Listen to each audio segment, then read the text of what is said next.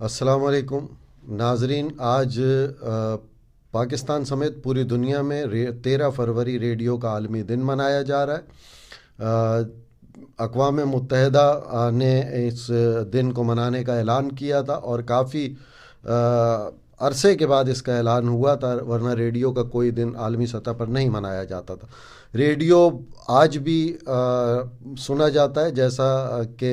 بہت زیادہ ریڈیو سننے والے سامعین کی تعداد پاکستان میں اور پوری دنیا میں ہے، اور انہوں نے اپنے کئی کلب اور تنظیمیں بھی بنائی ہوئی ہیں، جس کے تحت وہ کئی پروگرام وغیرہ بھی کرتے ہیں، اپنی کئی میٹنگ وغیرہ ان کی ہوتی ہے، اور ریڈیو کے پروگراموں پر وہ اپنے تبصرے کرتے ہیں، تنقید اور تعریف جو ہوتی ہے نشریاتی اداروں کو روانہ کرتے ہیں۔ کچھ لوگوں کا شوق ریسیپشن کے حوالے سے ہوتا ہے، جن کو ڈی ایکسر کہا جاتا ہے، وہ ریسیپشن رپورٹ وغیرہ نشریاتی اداروں کو بھیجتے ہیں فریکوینسیز کے حوالے سے۔ ریڈیو یہاں انٹرنیشنل ریڈیو لسنرز آرگنائزیشن کے تحت آج سیمینار کا انعقاد کیا گیا ہے۔ یہ ایک آن لائن ایونٹ ہے، لیکن مقامی طور پہ یہاں کلب کے ممبران، جو بھی اس تنظیم کے ممبران ہیں، وہ بھی شریک رہے۔ اس کا موضوع آج کا ہے کہ ریڈیو معلومات کا مؤثر ذریعہ ہے آج بھی۔ لوگوں کا کہنا ہے ریڈیو ماضی نہیں مستقبل ہے۔ اس کی وجہ یہ ہے کہ ریڈیو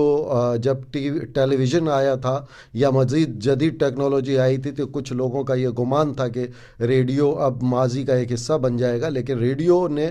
اپنی شکل، یعنی جو ڈیوائسز ہیں، وہ جو آلات ہیں سننے کے، انہوں نے اپنی شکل ضرور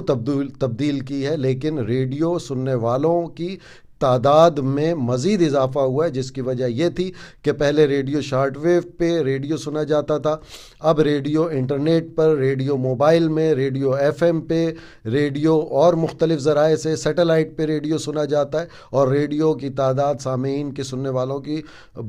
مزید بڑھی ہے، نہ کہ کم ہوئی ہے۔ اگر جس کا یہ گمان کیا جائے کہ ریڈیو ماضی بن چکا ہے، تو اس کے سامعین کی تعداد ختم ہو جاتی ہے، کم ہو جاتی ہے، لیکن یہاں پر سامعین کی تعداد بڑھی ہے۔ اور جیسا کہ سوشل میڈیا پر اگر وزٹ کیا جائے اور دیکھا جائے، تو وہاں بے شمار ریڈیو سامعین ہیں جو اپنی مختلف سرگرمیاں جاری رکھے ہوئے ہیں اور سرگرمیوں کے تحت کام کرتے ہیں۔ تو اس سے ہی سوشل میڈیا پر اگر جا کر اندازہ لگایا جائے، تبھی آپ کو اندازہ ہو جائے گا کہ ماضی میں ریڈیو سننے والوں کی تعداد